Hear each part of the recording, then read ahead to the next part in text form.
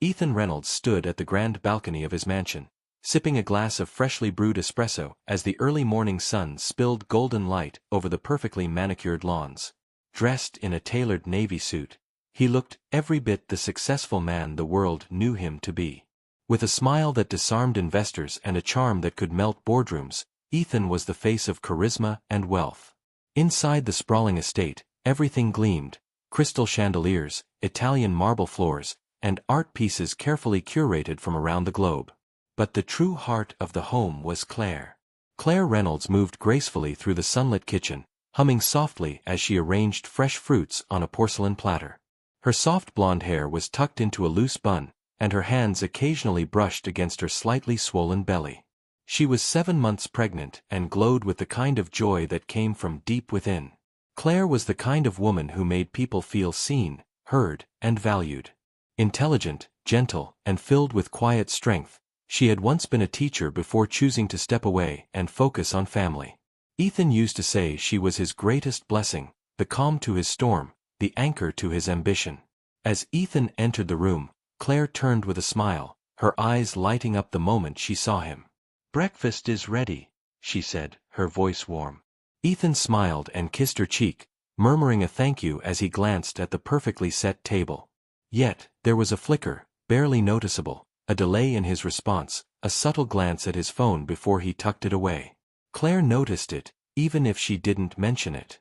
They sat across from each other, sharing conversation about baby names and nursery colors, but Ethan's responses were slightly distracted. His gaze drifted now and then, lost in thoughts he didn't voice. Claire, ever intuitive, felt it, a gap widening silently between them. But she held on to hope, convincing herself it was work stress or pre-fatherhood nerves. From the outside, they were the picture of perfection. But inside, something had started to shift. And though Claire couldn't name it yet, she felt the first shadow of something fragile beginning to crack. Claire sat alone at the dinner table, the soft clinking of cutlery echoing through the grand dining room. The roast chicken she had prepared, Ethan's favorite, remained untouched on his side of the table. The clock on the wall struck 9, then 10, and still, no sign of him. She glanced at her phone for the 5th time that hour. No message, no missed calls. She tried calling him, but it went straight to voicemail. Again. This wasn't the first time. The late nights had started gradually, explained away with excuses like board meetings, emergency investor calls, or last-minute business trips. But lately, they had become routine. His warm embraces had turned into quick pats on the shoulder, and the lingering kisses they used to share before bed had all but disappeared. Claire, now in her 3rd trimester, often found herself reaching out only to feel the growing distance in his eyes, in his touch, or rather, the absence of it. One evening, as she folded the baby clothes she had bought online, she tried to initiate a conversation. "Do you want to go with me to the appointment tomorrow? The doctor said we might hear her hiccup this time," she said with a hopeful smile, rubbing her belly affectionately. Ethan, without looking up from his phone, mumbled, "I've got a meeting at the firm. Can you record it or something?" His tone was casual, but his words pierced her. Claire turned away, blinking back tears. She remembered a time not too long ago when Ethan had read every baby book with her, argued over crib colors, and had even placed his hand on her belly each night to feel their daughter's little kicks. Now, he barely even acknowledged the life growing inside her. At night, she would wake up to find the other side of the bed cold. Sometimes, she heard him speaking softly on the phone in the hallway or in his study, doors locked, voice hushed. One night, she pressed her ear to the door, catching only fragments, words like, "I miss you," and "she's asleep." Her heart raced with confusion and dread, but she stepped away, afraid of confirming what her intuition had already begun to scream. Still, she tried. She wore his favorite perfume. She cooked his favorite meals. She placed his hand on her stomach when their daughter kicked, hoping it would spark something, anything. But Ethan would simply pull away with an awkward smile and retreat to his office.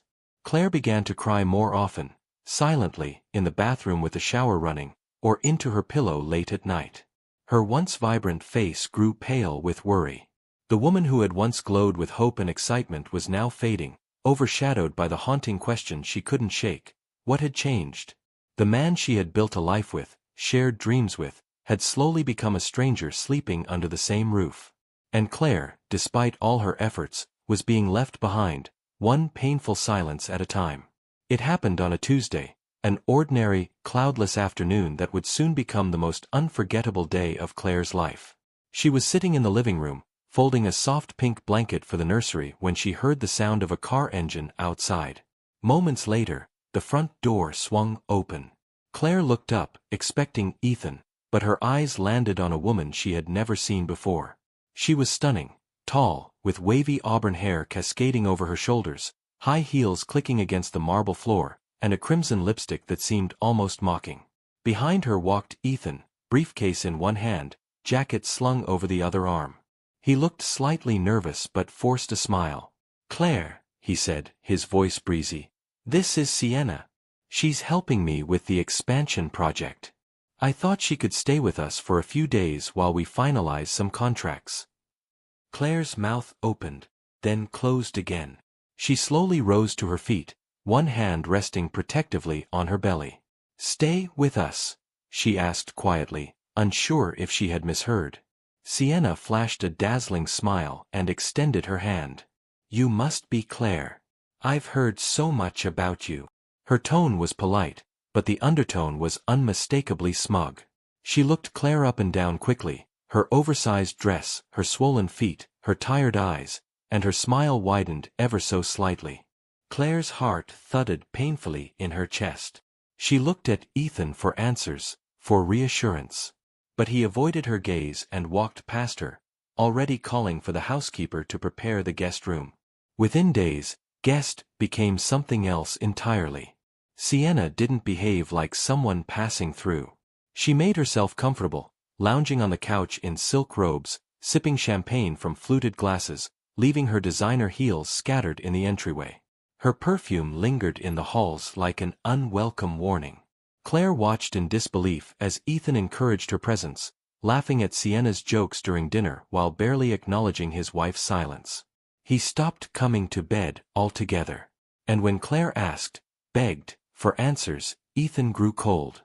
"Don't be dramatic," he snapped one evening. "She's just helping with work. Try being hospitable for once." But then, it became undeniable. One night, Claire descended the staircase and froze halfway down.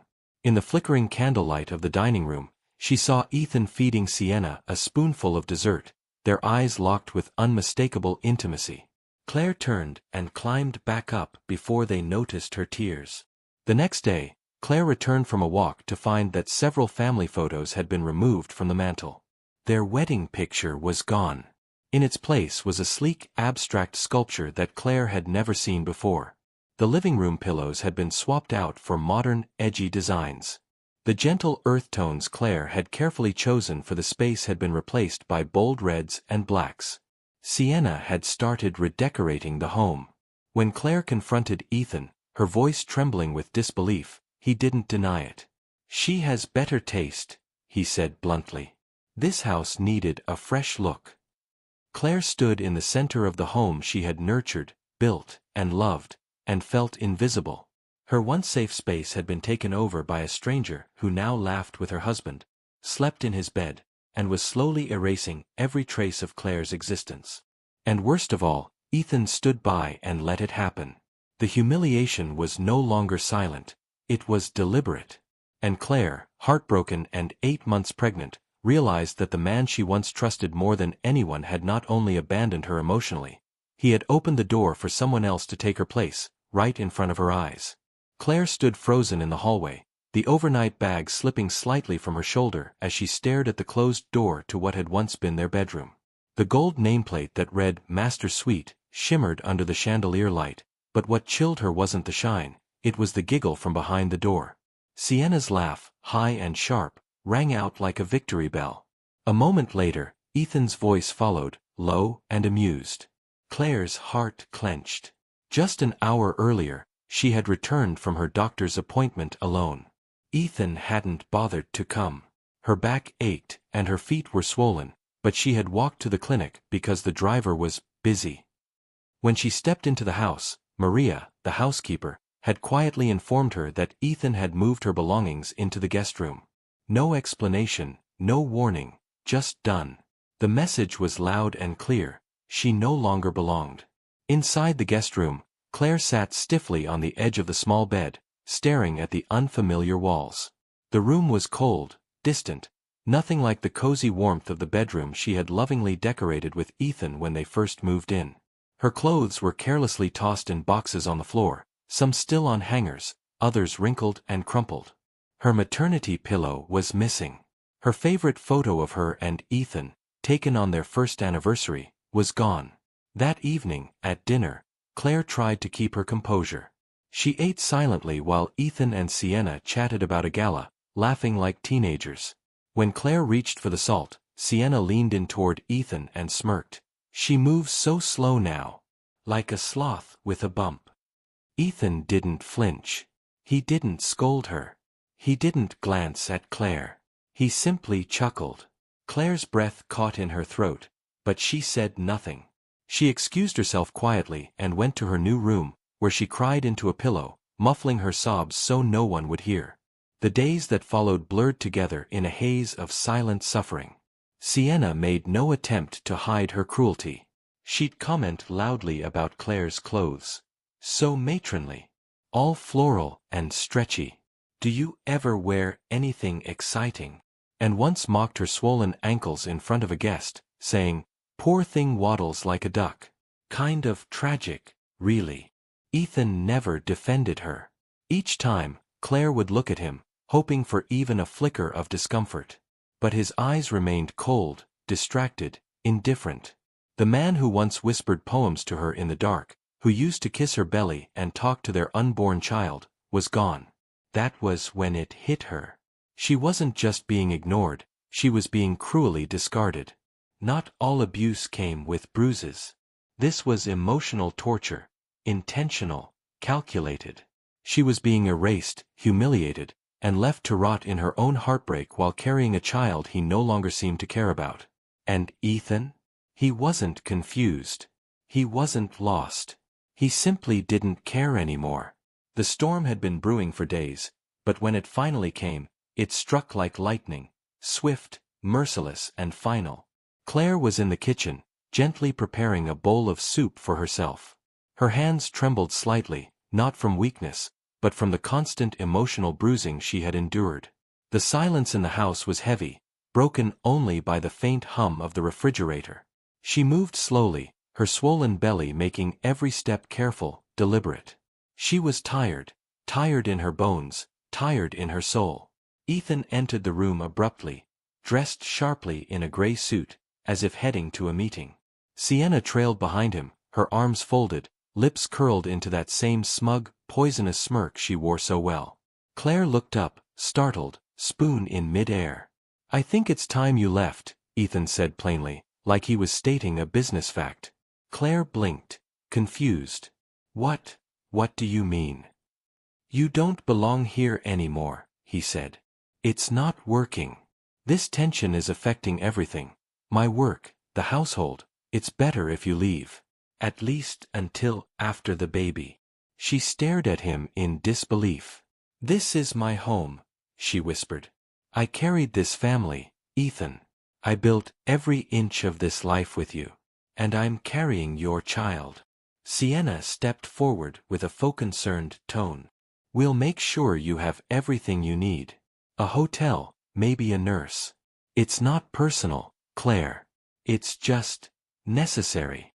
Claire's throat tightened, her vision blurred with tears. She turned to Ethan, hoping, praying, for a crack in his facade, a moment of regret. But he wouldn't even meet her eyes. 2 hours later, she stood by the front door with a small suitcase and a bag slung over her shoulder. She had packed slowly, as if time might reverse if she delayed enough. But no miracle came. The staff, once her allies and companions, stood silently nearby. None spoke. No one intervened. Whether it was fear or loyalty to the paycheck, Claire didn't know. But their silence cut as deeply as Ethan's words. As she opened the door, the cold night air hit her like a slap. She paused for a moment on the steps, one hand on her belly, the other gripping the rail for support. Then she turned slowly and glanced up at the second-floor window. There, in the master bedroom, stood Sienna, watching. Smiling. Triumphant. Claire's heart shattered. She turned away and began walking toward the front gate. Each step felt like an anchor dragging behind her. Her shoes scraped against the pavement. The world spun slightly with each breath, but she pressed forward. When she reached the front gate, her legs finally gave out. She sank to the ground, trembling, exhausted, and utterly alone. Her suitcase toppled beside her, her hands clutching her belly protectively as the tears finally fell freely. No one came. No one opened the door. No one called after her. The mansion loomed behind her, silent, tall, heartless. Claire curled into herself on the cold stone path, the soft sobs of a broken woman carrying into the night. The small apartment smelled faintly of vanilla and lavender, a comforting contrast to the cold luxury Claire had left behind. She sat on Naomi's worn but cozy couch, wrapped in a faded quilt, her eyes red from days of tears. Naomi, her old college roommate and closest friend, moved around the tiny kitchen preparing tea, her presence quiet but grounding. Naomi had opened her door without hesitation, pulling Claire into a hug the second she arrived. "You're staying here. No arguments," she had said firmly. Claire hadn't the strength to fight it, nor the pride to pretend she had any other option. She had left Ethan's mansion with only a small suitcase, no money in her account, and a baby pressing against her ribs with each breath. Everything else, the status, the comfort, the stability, was gone. Naomi offered more than just a roof. She gave Claire space to grieve, time to sit in silence, and soft reassurances when the nightmares came. In those first few days, Claire could barely eat, barely sleep. She stared at the ceiling most nights, one hand on her belly, whispering apologies to her unborn daughter. "I'll do better for you. I promise." Eventually, reality pushed in. Bills needed paying. Diapers would cost money. Claire couldn't live off kindness alone. Naomi helped her find a small job at a local bookstore 2 blocks away. It was a modest place, with creaky wooden floors, dusty shelves, and a bell that jingled every time someone entered. The owner, Mrs. Ellen, was kind and understanding, giving Claire light shifts and a chair to sit on when her feet swelled. She earned little, but it was honest. And after everything, it felt like a beginning. Each day, Claire shelved books, rang up sales, and inhaled the quiet, musty scent of paper. She began to feel human again. Naomi cooked warm meals, rubbed her back when the baby kicked too hard, and kept the apartment filled with soft laughter and late-night conversations. Bit by bit, Claire's shoulders straightened. The pain remained, deep, unyielding, but through Naomi's care and the quiet comfort of her new, simple routine, Claire began to rebuild. Not just her life, but herself. The mansion that once echoed with gentle music and quiet conversations had transformed into something unrecognizable. Every other night, Sienna threw extravagant parties, filling the halls with booming bass, clinking champagne glasses, and a blur of unfamiliar faces. Strangers draped over velvet couches, spilled drinks onto marble floors, and laughed too loudly in rooms where silence had once been sacred. The staff could hardly keep up with the mess. And Ethan, he was no longer in control. Sienna was in her element, always at the center of attention. She wore dresses too tight and too short, heels too high, and a smile that no longer needed Ethan's approval. She spent without restraint, designer clothes, imported wines, art pieces she barely looked at. Ethan's credit cards took the brunt of it all, and when he questioned her, she waved him off with a sultry laugh. "Relax, babe. It's just money." But money wasn't infinite, not even for Ethan. His business had already been under stress, too many distractions, missed meetings, botched negotiations. Investors were pulling out. His once flourishing empire was now struggling to stay afloat. Still, he kept trying to hold the illusion together, as if pretending everything was fine would somehow make it true.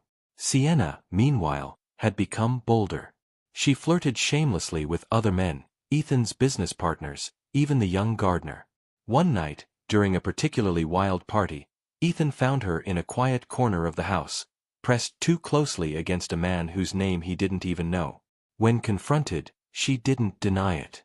"Oh, don't be so dramatic," she sneered, lighting a cigarette with a silver-plated lighter he had gifted her weeks before. "You knew what this was." Ethan stared at her, the haze of his arrogance finally starting to lift. He realized then that Sienna hadn't chosen him, she had chosen his lifestyle. The house, the status, the endless spending. And he had traded Claire, the woman who nurtured his soul, for someone who only fed his ego. He began noticing the small absences that tore at him. No one brewed his favorite coffee anymore.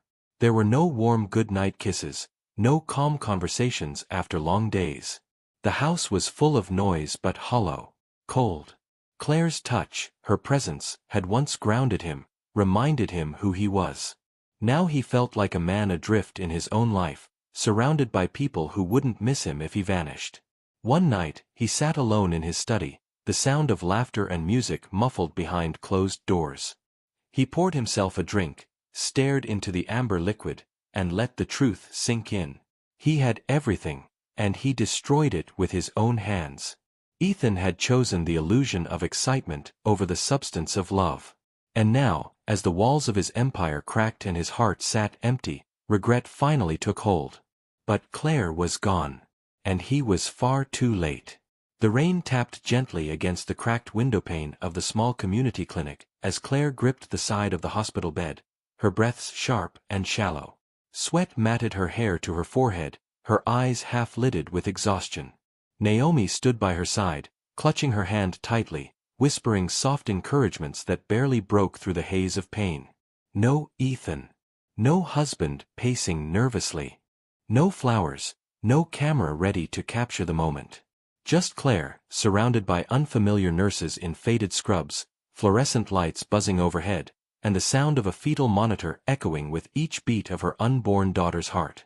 She had gone into labor early that morning.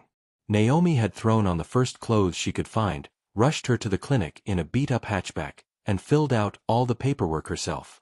Claire had barely spoken during the ride. She had only stared out the window, one hand on her belly, the other pressed to the necklace she still wore, a simple gold chain Ethan had once given her, back when love still lived between them. The delivery was long, painful, and slow.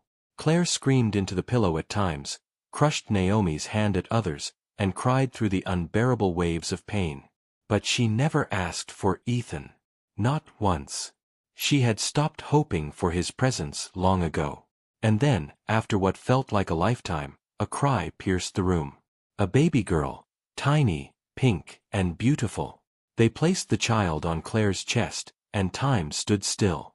Claire looked down at her daughter, tears streaming silently from her eyes, her arms wrapping instinctively around the fragile, new life.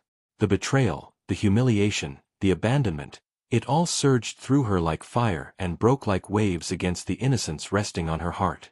She kissed the baby's forehead and whispered through her tears, "You're all I need now." Naomi wept quietly in the background, overcome with emotion. A nurse leaned in gently. "Have you picked a name?" Claire nodded slowly, never looking away from her daughter. "Hope," she said. Because in a world that had taken so much from her, this child was her beginning. Her reason to rise again. Her light in the darkest hour. Her hope. The mansion was quiet in a way Ethan had never experienced before, an eerie, suffocating stillness that settled into every corner like dust. The furniture remained grand, the chandeliers still sparkled overhead, but something was missing now. Something vital. Life. Sienna was gone. She hadn't left with a dramatic fight or teary goodbye. No, she vanished with cold calculation. One morning, Ethan awoke to find her side of the bed empty. Her designer wardrobe cleared. Her perfume, which used to linger in the air long after she left a room, had completely disappeared. All that remained was a handwritten note scrawled across a breakfast napkin on the kitchen counter. "Thanks for the memories. You were fun, for a while." He stared at those words for a long time, the ink sinking into his gut like poison. He didn't call her. Didn't chase her. What would be the point? The truth was, she had already left him long ago, emotionally, morally, piece by piece. Her parties had drained his accounts. Her shopping sprees had turned into monstrous credit card bills. She had flirted publicly, embarrassed him in front of colleagues, and used his name to get into events and meetings he had never even approved. And worst of all, he let her. Now, the fallout surrounded him like broken glass. His finances were in ruin. Once powerful investors had pulled their support after photos of his wild parties with Sienna surfaced in business tabloids. His board had voted to replace him as CEO temporarily. And former friends, ones who used to shake his hand with pride, avoided his gaze entirely. But the silence was the loudest punishment. No laughter echoed in the halls. No baby's cry. No soft voice calling his name. Even the staff spoke only when spoken to. The walls, once filled with the scent of warm meals and Claire's perfume, now held only bitterness and emptiness. At night, Ethan wandered through the massive estate, the echo of his own footsteps a painful reminder of how hollow his world had become. He passed the nursery Claire had once designed, still untouched, the soft pink walls like a ghost clinging to the memory of what could have been. Ethan, once the man who had everything, now had only regrets. And the silence. It spoke louder than any apology ever could. The little bell above the bookstore door jingled softly as Ethan stepped inside, clutching a bouquet of fresh white lilies, the kind Claire used to keep in a vase by their bed. The smell of old books and fresh coffee lingered in the air, calming but unfamiliar. His expensive shoes tapped awkwardly against the wooden floorboards as he scanned the room, unsure what to expect. And then he saw her. Claire stood behind the counter, dressed in a simple beige sweater and jeans, her hair tied loosely back, a pen tucked behind one ear. Her glow wasn't the polished elegance she once wore, it was softer, deeper, stronger. Her daughter, barely a year old now, sat in a cushioned playpen nearby, giggling at a fabric book, her chubby fingers gripping the pages. Ethan's heart twisted. He had imagined this moment for weeks, rehearsed his words, practiced apologies, tried to prepare for the look in her eyes. But none of it helped when Claire finally looked up and saw him. She froze, her smile fading. Her posture straightened slightly, but her eyes gave away nothing. "Claire," he breathed, stepping closer, the lilies trembling slightly in his hands. I've been looking for you." "I figured," she said, her voice calm but distant. "You didn't think I'd disappear forever, did you?" He tried to smile, but the weight of his guilt pressed down hard. "I've made so many mistakes. I came to say I'm sorry. For everything. For her. For the way I treated you. You didn't deserve any of it." Claire's eyes flicked to her daughter and back to Ethan. "No, I didn't. I've changed," he continued quickly. "I lost everything, Claire. The house feels like a tomb. And seeing you now, with her," he choked, looking at the little girl. "I know what I gave up. Please, give me a chance to make it right." Claire was silent for a long moment, then stepped around the counter, standing between him and their child. "I've rebuilt from the ground up," she said firmly. "I found peace. Stability. You see me standing here, but I had to fight for this woman." Her gaze held him steady. "I'm not the woman you left behind, Ethan. So don't expect her forgiveness so easily." And with that, she picked up her daughter, turned away, and left him standing in the middle of the bookstore, holding flowers and the weight of a past he couldn't undo. Ethan knew words alone would never be enough. Apologies were easy, he'd given many before. What Claire needed now was proof. Proof that the man who betrayed her had been broken by his own actions and rebuilt into someone better. He started small, quietly, without telling anyone.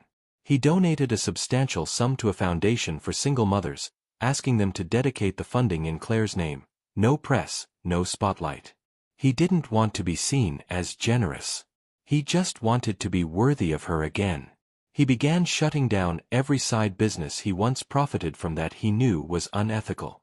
Sweatshops, predatory contracts, partnerships with companies he once turned a blind eye toward, all gone. For the first time in years, Ethan looked at his empire not for what it made, but for what it cost. And if there was anything in it that didn't align with the values Claire lived by, he dismantled it. But it wasn't enough to throw money at the problem. So, he walked into the local women's shelter where he knew Claire had once donated baby clothes during her early pregnancy and asked if they needed help. They assigned him to janitorial work. No recognition, no title. Just a mop and a duty roster. He showed up every week, cleaning floors, fixing broken shelves, delivering supplies, never mentioning his last name unless asked. Some days, he read books to toddlers. Other days, he simply listened to stories from women whose pain mirrored Claire's. And every week, he wrote a letter. To his daughter. He bought a leather-bound journal and filled it with words, sketches, memories, and promises. Dear Hope, he'd begin, writing as if she would one day read it all. I wasn't the man I should have been when you were born, but I want to become him now. Not for forgiveness. Just so you'll know the truth when you're old enough to ask. Claire knew. Naomi had told her about the shelter. A few women even mentioned the quiet man who volunteered without ever seeking credit. She didn't speak to him yet. But she noticed. Ethan wasn't trying to erase the past. He was building something new. One action at a time. The autumn leaves crunched softly beneath their feet as Claire pushed Hope's stroller down the winding path of the quiet city park. The late afternoon sun painted the sky with streaks of amber and gold, casting long shadows behind them. She walked slowly, heart guarded but curious, glancing occasionally at the man walking beside her. Ethan. He looked different, not in appearance, but in presence. He carried himself with a quiet humility now, his hands tucked into the pockets of his coat, his shoulders slightly hunched as if he bore the weight of his own past. Gone was the polished confidence, the arrogance. What remained was something quieter, real. Thank you for agreeing to this, he said gently, eyes fixed on the path ahead. Claire nodded but said nothing. The soft cooing of hope in the stroller filled the silence between them. I've spent the past few months thinking about everything, he began, voice low. Not just what I did to you, but why I became someone capable of it. I thought I wanted freedom, excitement, control. But when I got it, all it did was destroy the only thing that ever truly mattered. Claire's grip tightened on the stroller handle. I was afraid, Ethan continued, of being ordinary, of slowing down, of not living up to some impossible version of success I created in my head. But I was a coward, and instead of facing that, I hurt you. He paused, then glanced at her. When you left, I thought I'd bounce back. But I didn't. I fell apart. And for the first time in my life, I had to face myself. No distractions. No applause. Just silence. Claire looked at him, her expression unreadable. And now? Now I want to be better, he said, voice firm. Not for your forgiveness, but for her. He looked down at their daughter, who was now chewing on a plush toy. She deserves a father she can be proud of. And you deserve peace. They reached a bench beneath a turning maple tree and sat. For a moment, neither spoke. Claire's heart ached with the weight of everything unsaid. She had built a new life from the ashes he left behind. She didn't need him. But still, there was something in his voice, in his eyes, that made her wonder. Was this the end? Or the first breath of something beginning again? The sun streamed gently through the living room windows, casting warm light over the soft carpet where Hope stood wobbling on her tiny feet. Claire knelt nearby, arms outstretched, heart pounding with that familiar mix of pride and disbelief. Ethan knelt opposite her, eyes wide, smile trembling. Come on, sweetheart, Claire whispered. You can do it. Hope looked between them with a giggle, her chubby legs trembling under her weight. Then, in a single determined burst, she took one step, then another, toppling forward into their open arms. Cheers erupted, laughter following. Claire and Ethan caught her together, both holding their breath, as if the world had just stopped to witness this perfect, ordinary miracle. 1 year had passed. They lived in different homes, separate lives, but with one unbreakable bond, their daughter. Ethan visited often, never missing a milestone. There were no grand declarations, no pressure. Just consistency, patience, effort. Claire had grown into herself again, fierce, calm, and clear about what she deserved. The pain hadn't vanished, but it had softened, reshaped into something she could carry. Ethan hadn't asked her to take him back, and she hadn't offered. They were rebuilding something far more important first: trust. Sometimes they talked late after Hope's bedtime, laughing quietly over tea. Sometimes they sat in silence, watching her sleep. There was warmth now. Something gentle.